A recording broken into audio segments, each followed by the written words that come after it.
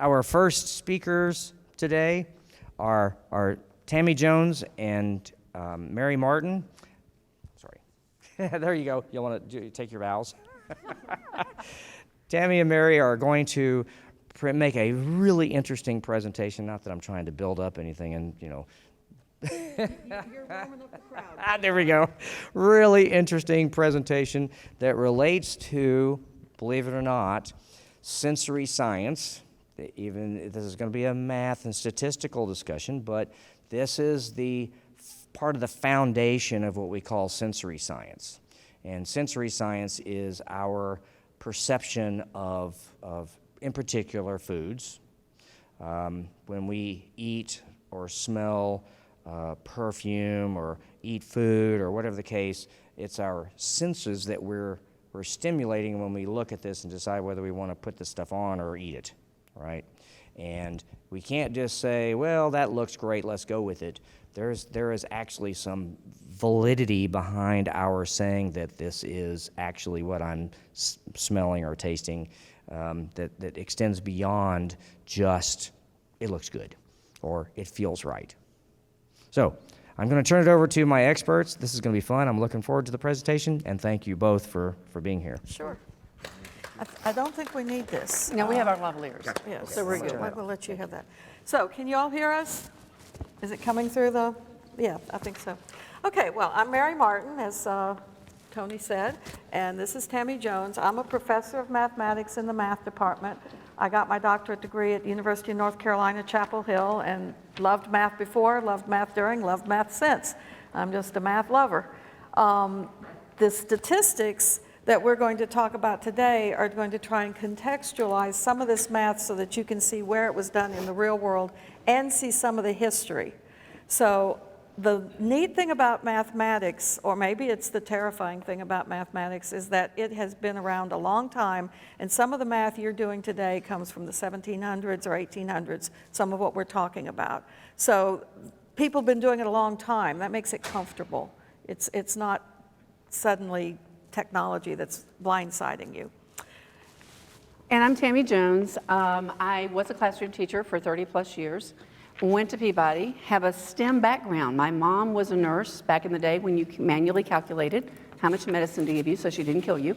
I grew up with sterilized syringes back in the day. I knew cubic centimeters and milliliters. My father was a draftsman engineer, so I have seen him walk off a 3, 4, 5 footer, which surveyors came in later, and his was probably more exact than theirs were. So I grew up looking at the world through the eyes of math and science. So I majored in math and science at Peabody back in the day when you got your education, early childhood through 12. The Kennedy Center was sitting over there, so everybody had 18 hours of special ed.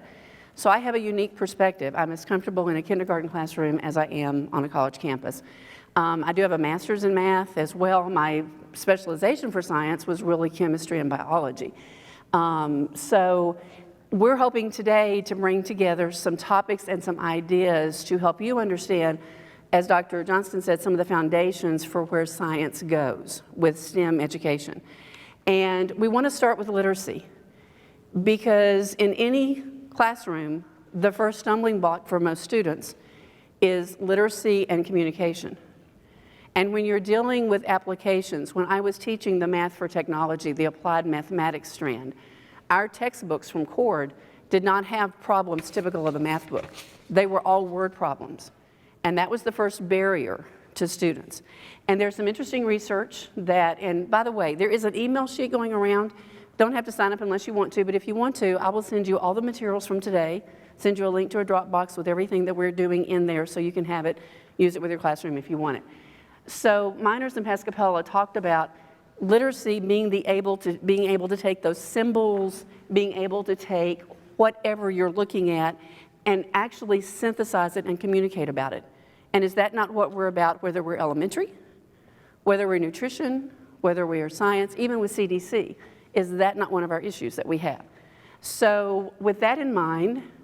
And one of the things I'd like to add is mathematics is a communication form. If someone tells you 6 without any context and without any justification, that's pretty meaningless. So all the symbols you do in mathematics are justification of how logically you defend the answer 6 and what that 6 is supposed to mean to you later.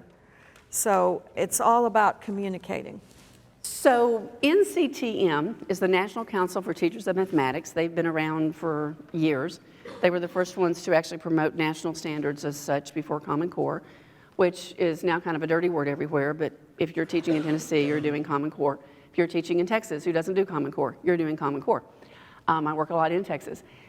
They define mathematical literacy a little bit differently, and I want you to just take a minute and read that to yourself.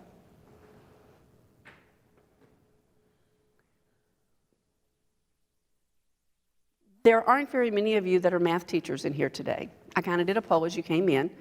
We have nutrition, we have CDC, we have several different areas of science, we have elementary.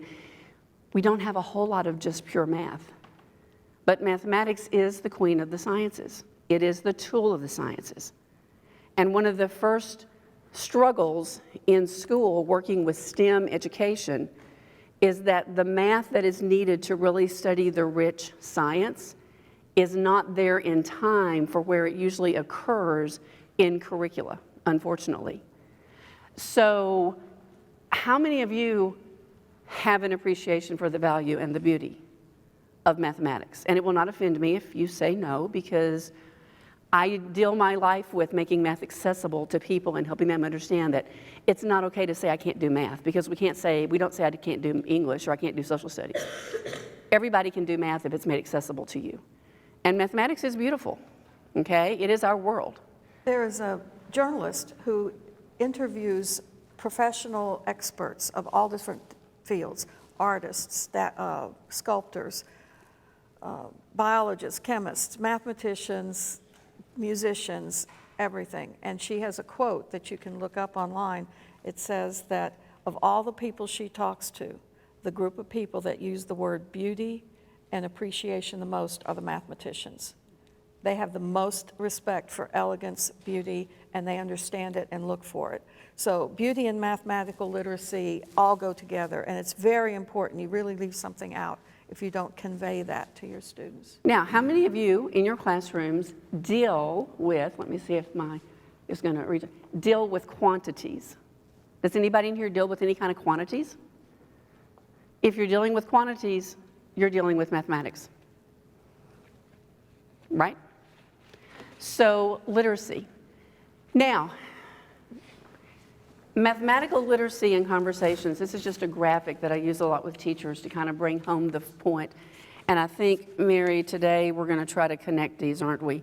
Yep. Where we try to bring together mathematics, literacy, and again, as Mary said, talk about that communication and conversations. So you're going to be functioning on a lot of levels. You're going to be learning some math that you will need to work on again a little bit later, because you don't visit math once, you revisit it.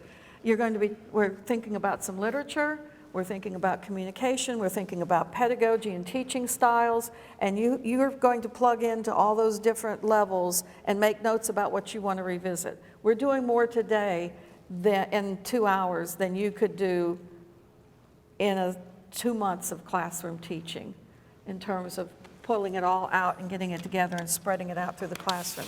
That's okay. That's what today is about. Today is about getting this developed. And you get to play the role of the student. Too often as teachers, we sometimes forget what it's like to sit in the seat where our students sit. So this will give some of you the opportunity to kind of experience content as a student would, which is always a valuable thing for teachers to experience.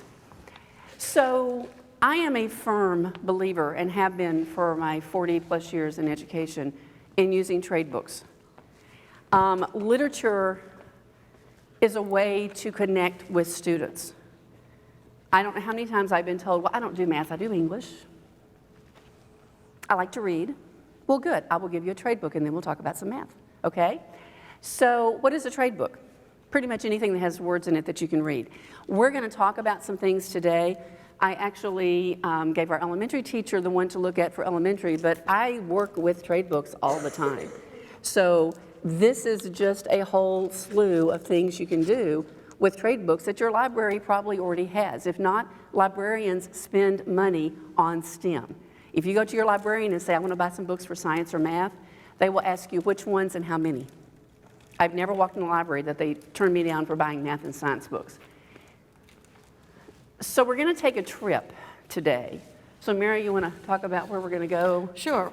When you start a math topic and you're teaching a math topic or you're learning a math topic, you want to start out getting an overview of what you're doing, why you're doing it, start digging into the introductory material, then you want to go back and do an example. So if you're a scientist, you call it an experimentation or an exploration. If you're a mathematician, you may call it an example, a practice problem. So you want to go between, you want to bounce back and forth between the concrete and the theoretical. You want to do a little bit of thinking, a few definitions, practice them in an example. Do a little bit more thinking, put a few more ideas on, practice it in an experiment. In math, and Tammy likes to say this, so I'm going to let her say it. In mathematics, we do have a laboratory, and that laboratory has a particular item in it, and you like to say, I'm sorry. do you like to say that the calculator is? Oh, the calculator is a tool of investigation, which when strategically integrated at the point of instruction, becomes a valuable tool of investigation. So we investigate in a laboratory setting in mathematics also. We just use the calculator. Now that is a different perspective than it was 15 years ago or 20 years ago, because they didn't have calculators that were robust as they are now, or even go back further, they didn't have any at all. So investigation in a lab for mathematics is paper and pencil, pre-calculator. It's a whole lot easier to investigate now. And then you consolidate your answers, figure out what you know, what you don't know, and every one of these transitions can be integrated or promoted through using ideas that are common sense or ideas that you've introduced in a trade book. So we have a particular mathematical trade book that we're going to bring forward that is a piece of literature written about science, piece of popular fiction or nonfiction written about science that will inspire and help you understand how these loops went around in statistics. And this is cyclical, okay? How many of you could plug your content area, those of you that are teachers, into that same cycle? I mean, that's pretty good, just basic instructional strategy there. So again, I tell teachers, especially elementary teachers, when they perceive themselves in the primary years as being reading teachers, those same strategies that we use are the same strategies that we're using in mathematics to make math accessible to all students. So why use trade books? You use trade books for three main reasons. It can differentiate. RTI, we could have a whole thing on that. Differentiation is huge. If you're a classroom teacher, you're tier one, the buck stops with you. You're the one that's differentiating to make it accessible to most of your students. I'm not going to get on the soapbox there. Cross-curricular connections. We're going to use a trade book today in which there is absolutely no math, but we're going to use it for math. You can read this book and there's not a stitch of math in it anywhere. And it engages students. Because again, you have students in your classroom that are sitting there going, this is math, I like to read. Great, here's a book, go read this chapter, come back and you're going to report out and talk about it the next day. And you were saying that Tony was saying that he liked to read, but he liked math when he got to the point where he really knew what it was useful for. The books tell you what it's useful for. They tell you how it was developed. They tell you the history of the ideas so that it provides the context for the student as they read it without you having to tell it to them word by word by word. And if you're a math student that likes to know what it's good for, get a book and read it in conjunction with other things that you're doing. And even if I'm in high school and I'm teaching biology, I will bring in one of the Cindy, I've just lost her last name, books about the polar bear cubs or about the tigers, and use that to talk about data and numbers and fractions and calendar and feeding and all that stuff that we do with animals. So just because a trade book may look like a children's book, it doesn't mean that it even has a place in a secondary classroom, because sometimes that level is what makes it accessible to your students. Now, anytime you are reading, and this is another big thing of which I'm a proponent, we don't just read to read. That would be sometimes a waste of time. So you have three opportunities when using a trade book. The first one is before you read, which means, guess what? As a teacher, you read what you're having your students read before they read it. So you know it's coming. So as you are getting ready to read, you are prompting students, you're having them predict, you're having them think about. If you're in elementary, this can even be like circle time or center time, small group time. You are then having them be a mathematician, be a scientist, be a biologist, be a historian, be a farmer, okay? Whatever the niche is, be a chef. Then you always have to have opportunities for authentic writing. I am a math person standing in front of you telling you I've used the mathematician's notebook for decades. We cannot put writing off on English teachers only. We all have to own authentic writing opportunities in our content area. And the mathematician's notebook takes the place of the laboratory journal for the scientist. Or, in my case, my students have seen me use my version of teaching mathematician's notebook, where I keep the notes of what you asked me to do, what I plan to do, what problems I'm going to do, what things happened in class, what promises I made to you, and you keep that up so that and write it down so that you can keep track of what's going on, and you improve your writing, and you make observations. So if you get a time during the break or want to peruse, you'll see that everything that I do in here, there's always those 3 opportunities. And of course, now I can't find a page that has there, with suggestions. So anytime you're going to use a trade book at whatever level, you need to make sure that you are providing and thinking and planning for those three things. So to help you along the way, and this is one of the things that will be in the Dropbox link, if you want to give me your email, and I won't do it this weekend because we're leaving here to go do 2 more sessions somewhere else tomorrow and Saturday. So we've got a busy weekend, but I'll be back in the office Monday, and I will put together the email list, and I will shoot you a Dropbox link. I have an infographic on 10 tips for effective questioning, which was kind of embedded in our last book series that I did on integrating logical reasoning and developing understanding with all disciplines. And then the infographic for the 7 opportunities for authentic writing that you can print out, use in your classroom as you see fit. So our book.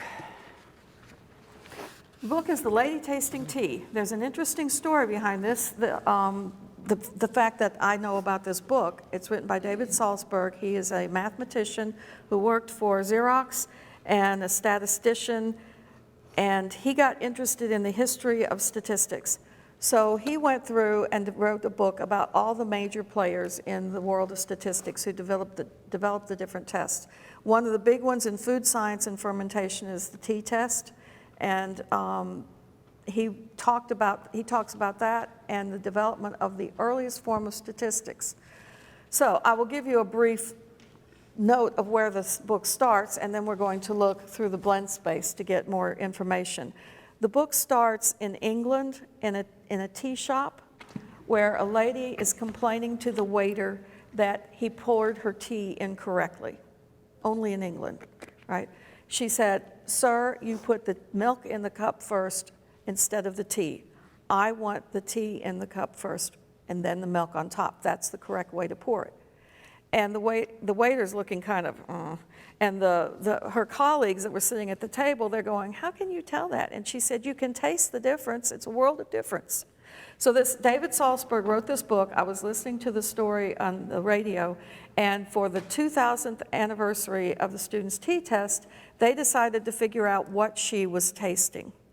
And it turns out that if you put the milk in the cup first, the hot tea curdles the milk. That is, it breaks some of the protein bonds. If you put the tea in the cup first, the cup cools the hot tea, and then when you pour the milk on top, those protein bonds don't get broken because they're temperature dependent. And she was able to taste those broken protein bonds, which was a genetic abnormality that's not common. So if she hadn't been sitting there complaining when Fisher was listening, they never would have developed this branch of statistics, because she just in the right place at the right time to be able to taste these broken protein bonds. So there's your sensory, right there, okay? All because of. So one of the things that Mary and I alluded to that we want to do is not just give you some math, but also try to give you some training as far as professional development and strategies you can take back. Are any of you familiar with Blend Space? Just one, yay. So you're going to have a new resource. On the back of your cool handout, there is a link for the test teach. I think the www.blendspace.com still works, If not, there is a bit.ly that will take you to this one space that I created for a session that Mary and I did a couple of years, or gosh, 3 or 4 years ago now. Blend Space, I like to describe it as a safe playground. It's a cool sandbox in which you can put your students, because you can go in as a teacher and you can create your own class. I do that a lot here with the classes that I teach at MTSU. I create a Blend Space area for them. They can go in, I can create presentations where they already have the resources they need. They can go in and create a Blend Space as a presentation, pulling in resources.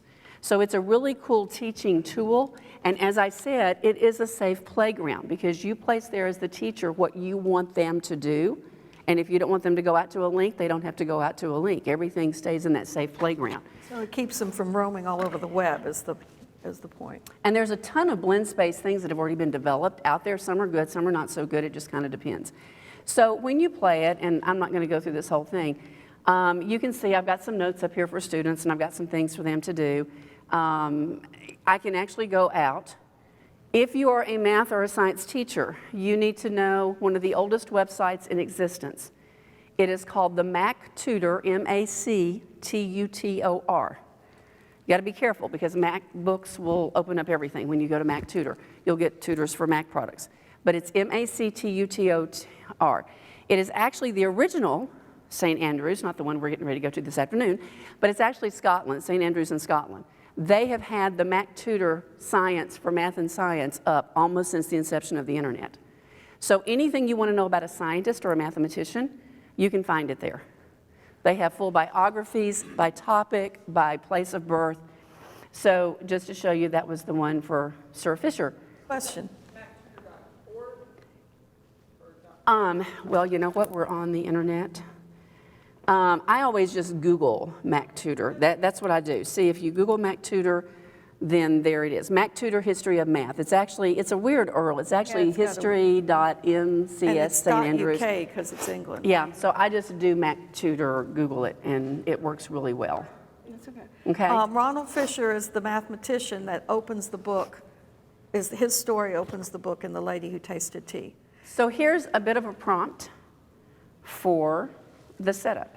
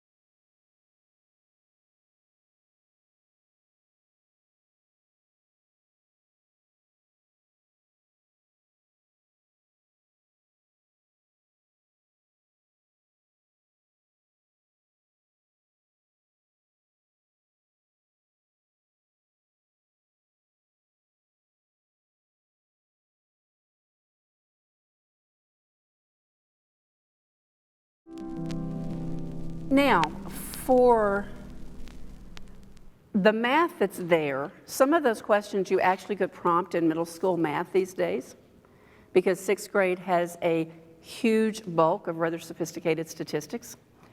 And then when they move into high school, there's a little in Algebra 1 with the new standards, some of the Algebra 2 has been pulled out, but a lot of this gets into what would be more of a stat course in high school.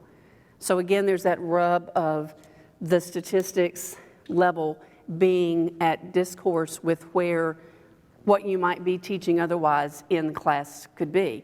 It doesn't mean you don't use it. It just means you use it at the level at which it is appropriate for where you are. You don't ditch something because you can't go all the way to the end. There's more to come. So the rest of the story will come for students later as they progress through their journey. One of the big parcels of the book, besides the lady tasting tea, which is the setup, and then going into crop yields and stuff, is Guinness. Guinness is from? No. Ireland. Ireland. And it is one of the oldest beers still around. They even grew their own hops and guarded those seeds carefully. I mean, it was very, very, back in the day, very, very important. If you were a woman and you worked at Guinness, you had to wear black with your little white aprons. That was just what you did with your pumps. No matter what you were doing, that's what you wore. And one of the jobs that they often did was barrel duty. So the men made the barrels. They made them out of wood with the copper. That imparted a certain flavor to the beer as well, much like our Jack Daniels with that kind of thing. I do wish we had some lights off so we could see the slides better. Maybe that will happen with the gods above. The women had an important job. They had quality control. So quality control meant these barrels got placed in this certain pile, and the women checked them to make sure the copper and everything was secure. And if they weren't secure, they had to roll them uphill and pitch them over a cliff area down to where they would be redone. So think about this, remembering that this is what you're wearing if you're working at Guinness, okay? So, oh, let me go back.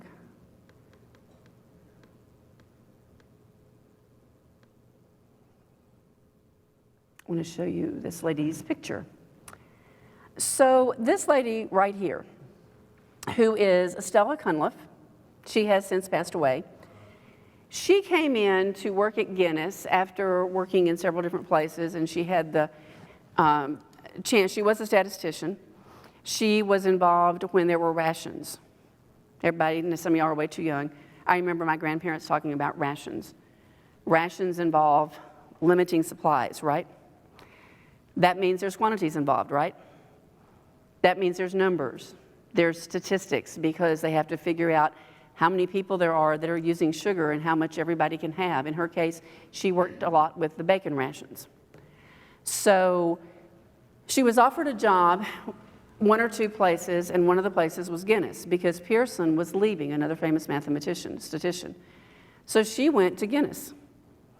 And her first job was just kind of to get a feel of the place. She started noticing that the number of barrels that was being rejected was statistically abnormally low. So she went out to visit what the situation looked like. We can credit her with bias. Bias begins in middle school.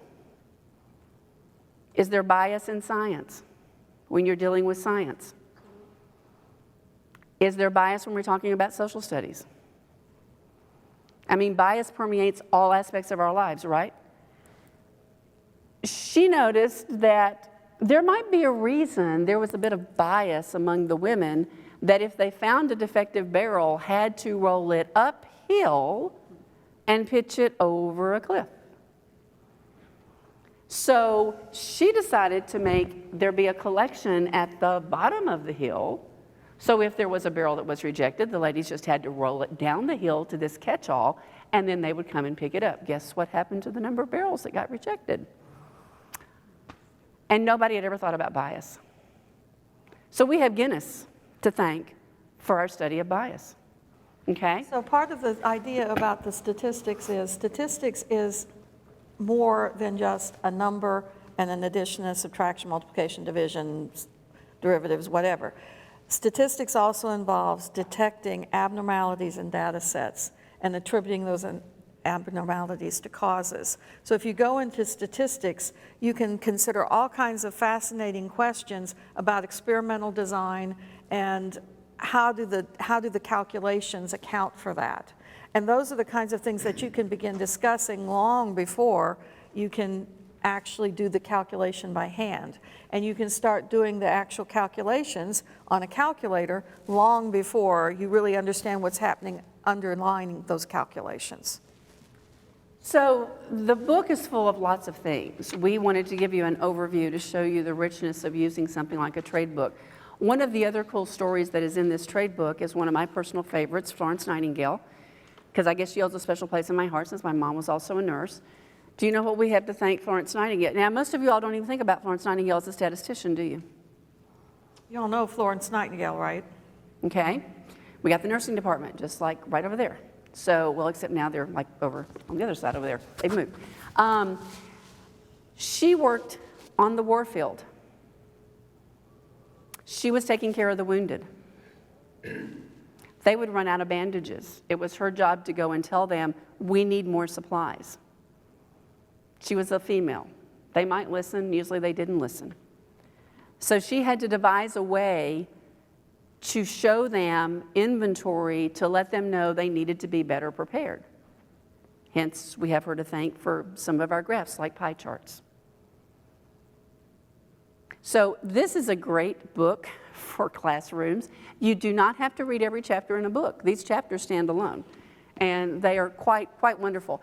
To end the one space, just to show you, you're holding a new TI-84 CE, which is the latest and greatest of the TI-84 line. You'll see in just a minute the wonderful resolution on the screen, its color and everything. This is what Sir Fisher did his preliminary calculations on back in the day. That was his calculator. It simply would calculate numbers into the millions, where he didn't have to do it by hand. That was his calculator. We've come a long way. And we thank TI also because they shipped us these calculators to borrow, and then they pay for the shipping, and then we package them all up and ship them back. So they will do that when you need to do that. And in your classroom, I'm a T-cubed instructor. So in your classroom, if you would like to try out some TI technology, let me know, and I can help you work with that to get some potential learners to try out. This is going to be as useful for science as for math. They have all the vernier probes. So those of you that teach science, there's all kinds of vernier probes you can do. There's sound probe. You can do temperature probe for crickets chirping. There's just a plethora of things that you can do. There's also health and occupation probes they're building in now. So let's move to the math. So intensely into the math. The question we want to answer, and so now you're going to have to own this, so write it down. I know this is being a challenge, but what is a statistic? And what is a good example of a statistic? Come up with a brief answer to those two questions. And I'm going to model for you a timed writing. I'm going to give you 72 seconds. So pencil to paper for 72 seconds. What is a statistic, and what is a good example of a statistic? Words, pictures, numbers. This is not rhetorical. We're asking you to do this. Work with us here.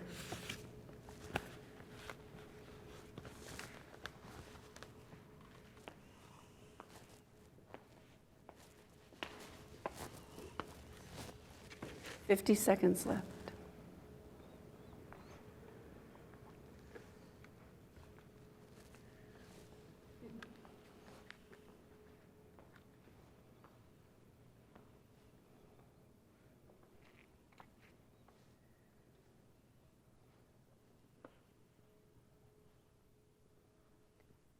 $30,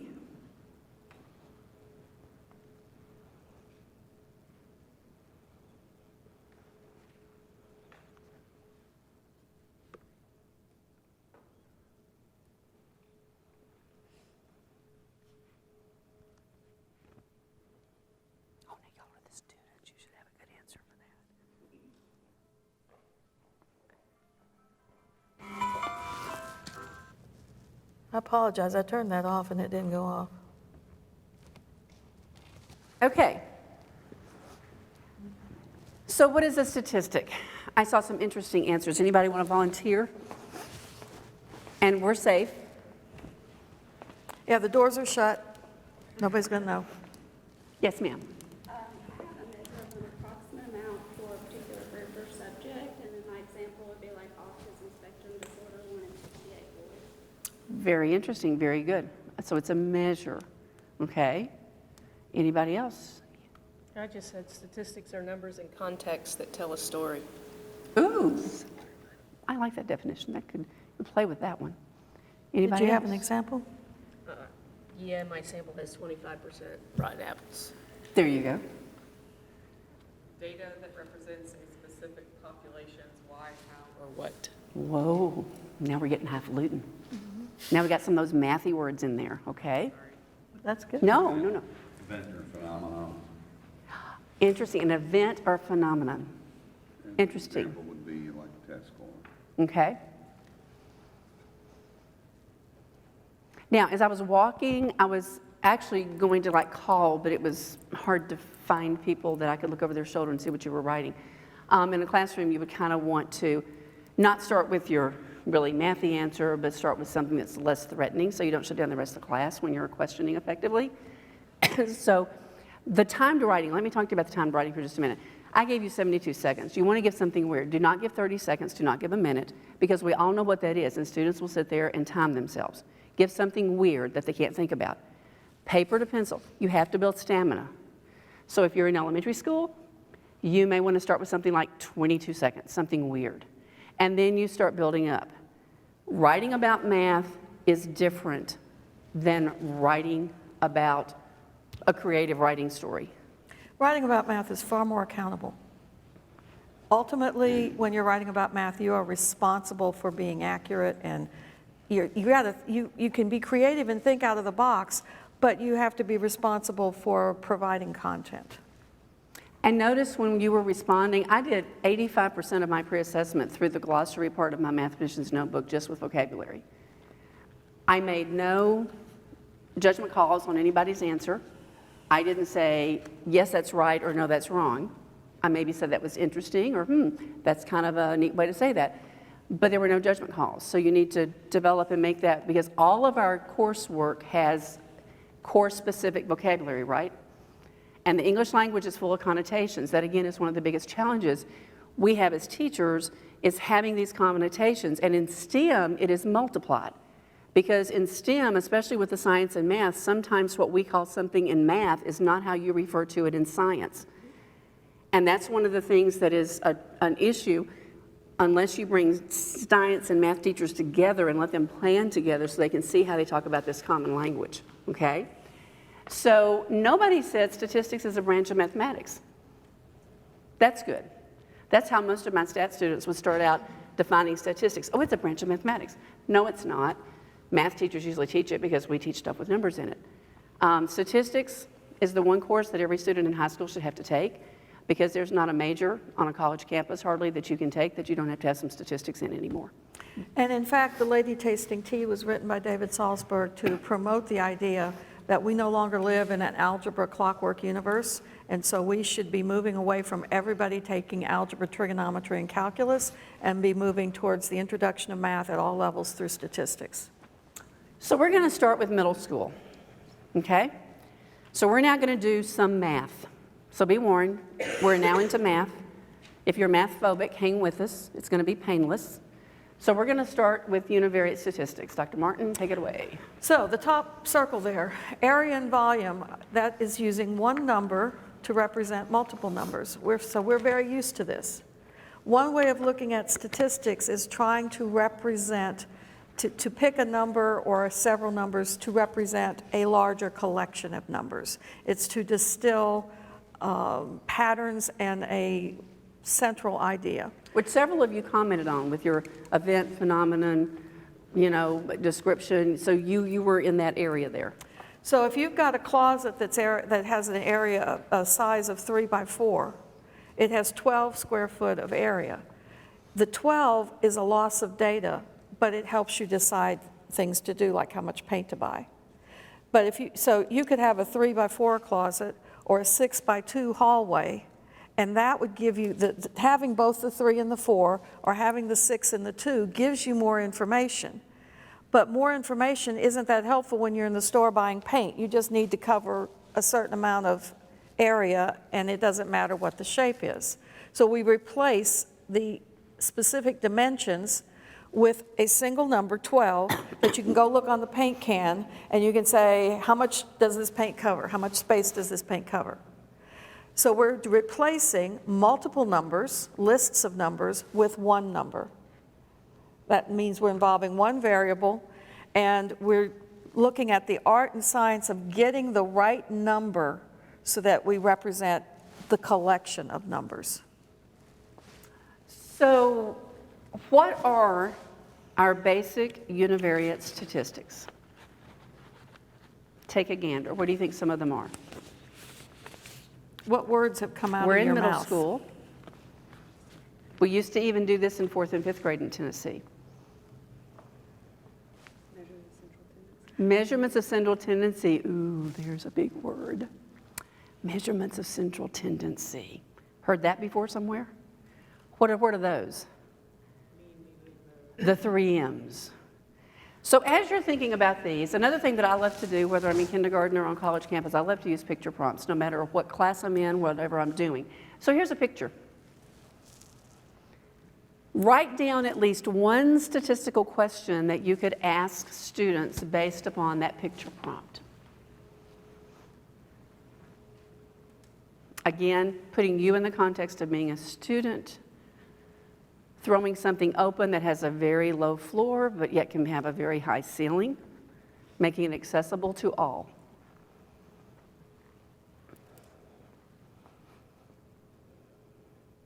State the question again, Tammy. How do you want them to think about that? What statistical question might this picture prompt? Can you write one that you might ask your students?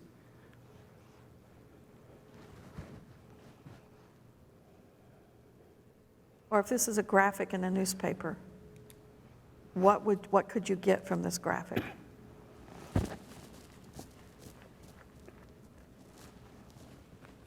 So who has a question?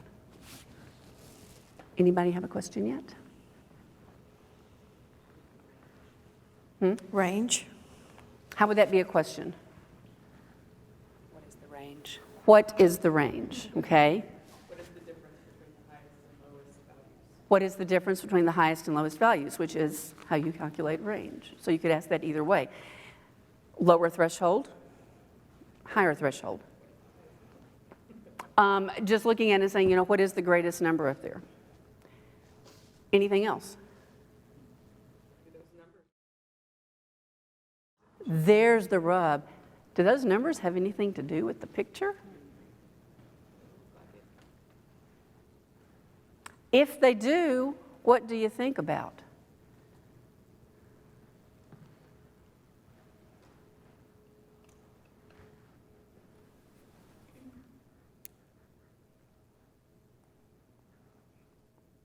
If those numbers do relate to the picture, then what do you think? What are some things that might go through your mind? It's what? Celsius or Fahrenheit? Ooh, so we gave you naked numbers. Nice. Naked numbers, as you started the day saying, kind of meaningless, aren't they? Does it matter if they're Celsius or Fahrenheit? Those are good questions. I If look they're at those bars Fahrenheit- on the back screen, and I can't see them as well because it's far away, and I wonder, are any two of those the same? Are they the same height? If they're Fahrenheit, what should you be prepared for? And this is not rocket science. If someone says it's -4 degrees, what do you think? Fahrenheit,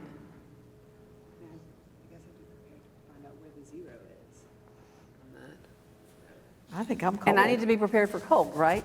I'm Whether cold. that means bodily, whether it means in my house wrapping pipes or leaving water running or, you know, leaving my car engine running, having a warming block on it, whatever, right? So here's the idea. Those 6 numbers are the low temperatures in Minneapolis, and you're going to Minneapolis, how do you use those numbers to help you plan for your trip?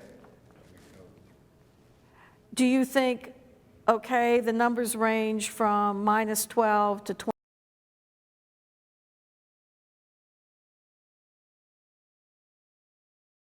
Looks about, and what do you mean by on average? How do you pull an idea from a list of 6 numbers to help you pack a suitcase? That's a statistic. Now, do you see how rich a prompt this is pedagogically? Sometimes we get so tied to our books, where everything is so prescribed, we withdraw from the students the freedom of thinking out of the box. They come to college, they come to high school, they come to middle school, from wherever you want to place blame, where everything has been spoon-fed and prescribed. So here's this, do this, this, and this. You now sat in the place of a student. We threw up a picture, and we said, so, tell us about it. So what, who cares? Make up a question, but frame it in the context of something statistical, okay? And let me tell you, you're going to care if you pack for Miami and you arrive in Minneapolis with temperatures like that. Now, we're going to take a sidebar. You are actually playing today with the TI-84CE. This is the Inspire, which Tennessee actually had one of the first TLCs for Inspires over here at MTSU. We ran it, I think y'all ran it 2 different years.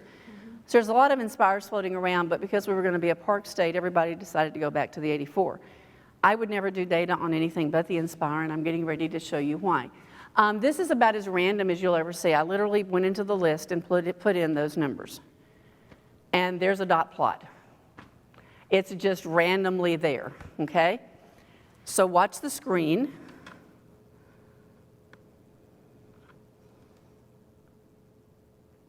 Nobody said, wow. Are y'all awake? What just happened?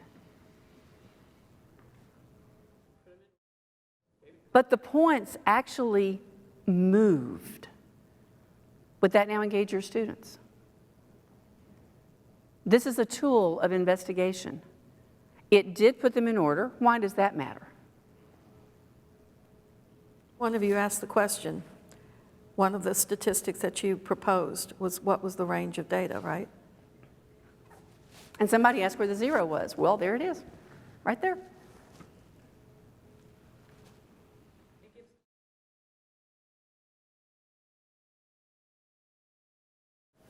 How does it give context? How has it given context? Against a predetermined scale. So we have placed them on a number line with which most of our students are familiar, right? If we're in social studies, this might be a timeline, right? If we're in science, it might be the timeline of a life cycle or something.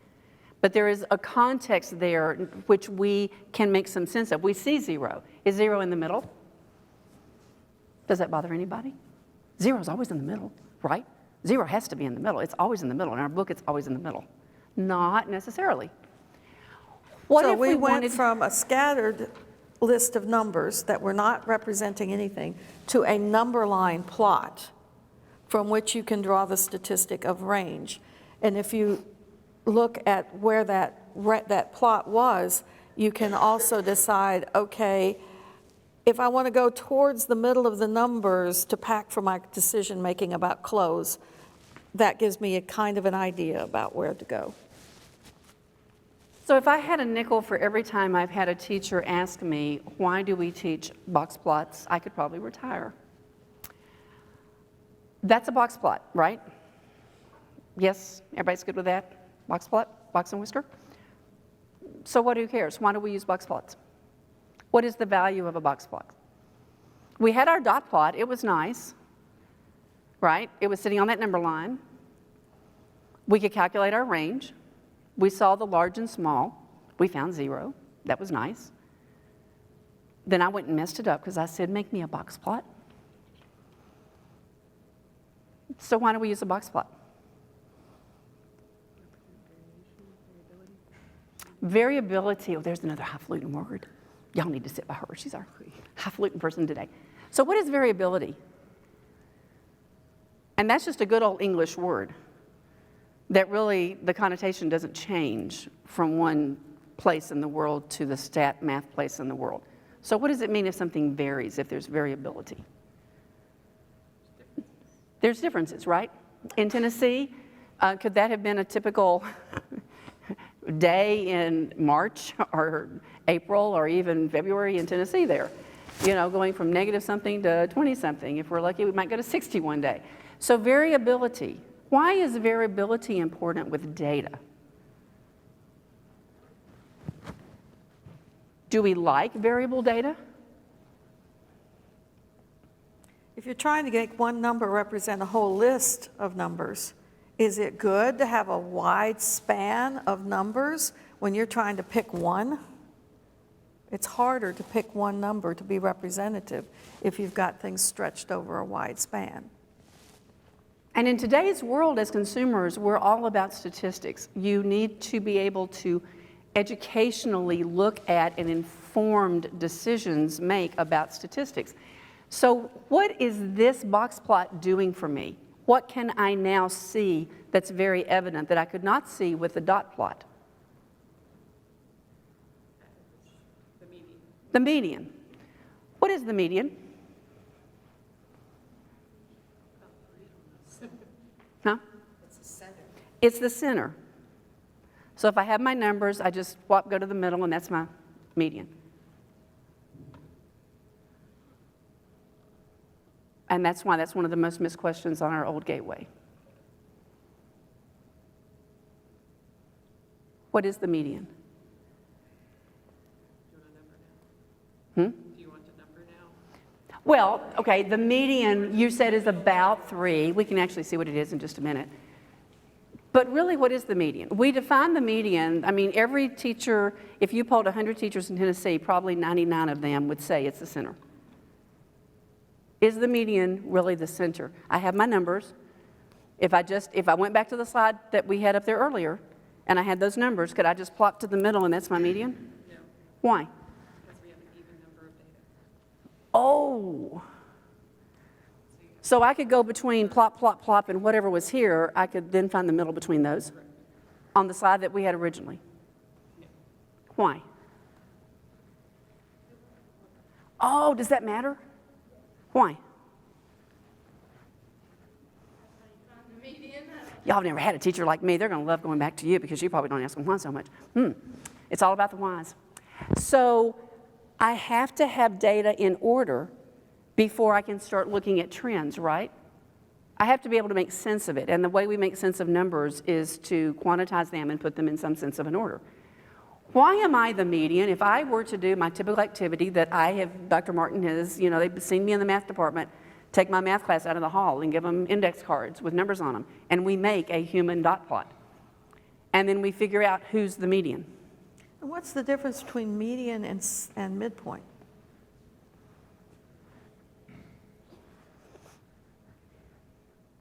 Oh, you've changed subjects on us now, Dr. Martin. You brought in geometry. Where'd that come from? I dare you go do that. Hey, it's math. So let me ask you this. Here's our median, right? This is our median. See, y'all are close. It's 2.5, 2 and 5/10, 2 and 1/2. Y'all were really close. What's that left side? Left side of the box. What's this right here? And so it actually starts out at, its boundary is actually -8, right? So what does that mean that this is the lower quartile if I'm going from -8 to 2.5 for the median? I don't think 2.5 Statistically, is what does the that midpoint. mean? 25% of the time, you're -8 and 2.5 So a quarter of my degrees. data actually lives right there. So no matter what context and discipline you are looking at data in, if you don't understand what the median or quartile is telling you, then you cannot make sense of your data, no matter where you are. So it becomes really important. So what about over here?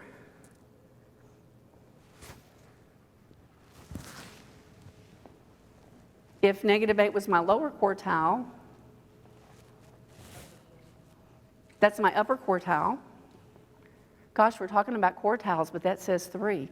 How does that work? And why isn't that line in the middle? It's not very appealing. I want that line in the middle. So what does that tell me? If the bottom quartile told me that a quarter of my data lives there, then what does the upper quartile tell me?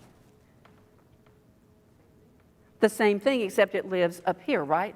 Now, this is dissonance for the brain. This is why some of your students are struggling when they're looking at data in the context of whatever you teach them with data, because that should be in the middle and they should look the same. How can you say half of it when there's such a bigger box there? Why is that?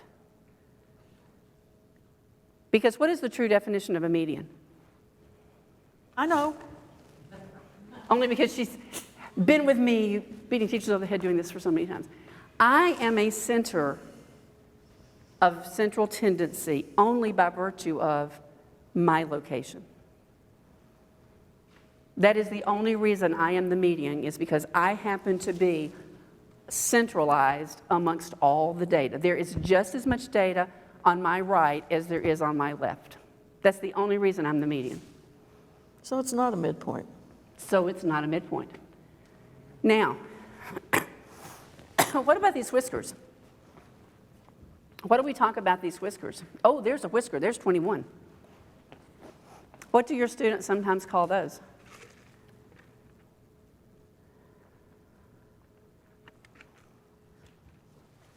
That's a max, but sometimes they actually mistakenly refer to them as O, OU. It only took you 2 letters to get that word. Outliers. Statistically, is that an outlier? It's got to be more than that from the median, right? What happens if I move 21? Mary wants it in the middle. If I drag 21, is that going to change my median? It will. Anybody else want to guess that? Do you agree? So if I move 21, I move 21. Did the median change? Ooh. I'll move it some more. This is a good example of a diagram that has replaced a different diagram, and you change the information you can get to. I'm moving it some more. Oh, what just finally happened? Did you see when it moved?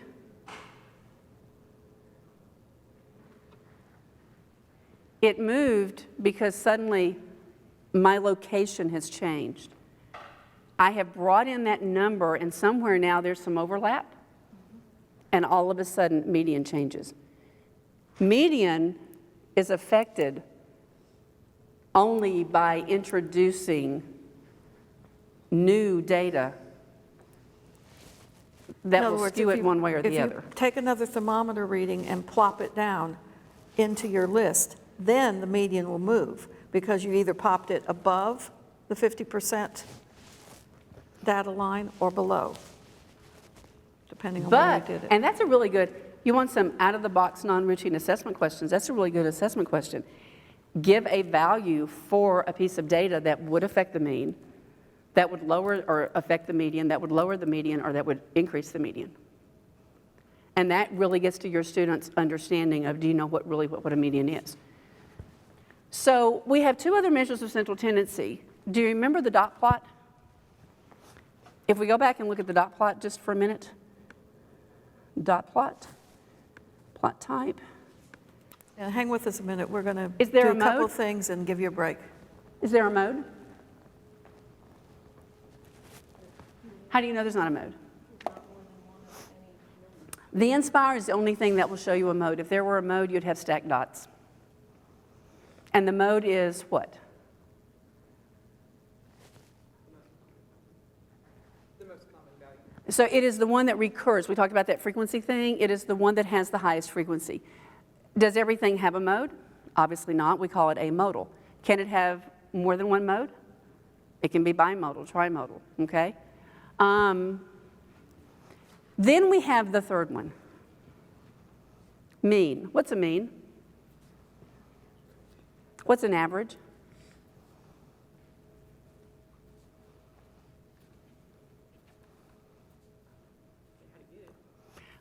But you know that what you're going to tell me is how to get it. Most teachers jump in there and say, oh, you add them up and divide by how many there are. That's how you get the average. But what is an average? You never thought middle school math was going to be so deep, did you? This is what our sixth graders are having to learn with understanding now. Just to give you a sense of where we are right now. So if you're doing science, this is the level of statistics your students are supposed to have with sophistication now, so you can do data with your central tendencies in science, okay? So an average is that number that typifies or is typical for your set of data. That's where we started this with the temperatures, right? We said we want one number to represent this collection of numbers, because we can deal with one number, we can't deal with 6. We need to make a decision. So which measure is most affected by the outliers? The mode, the median, or the mean? Why?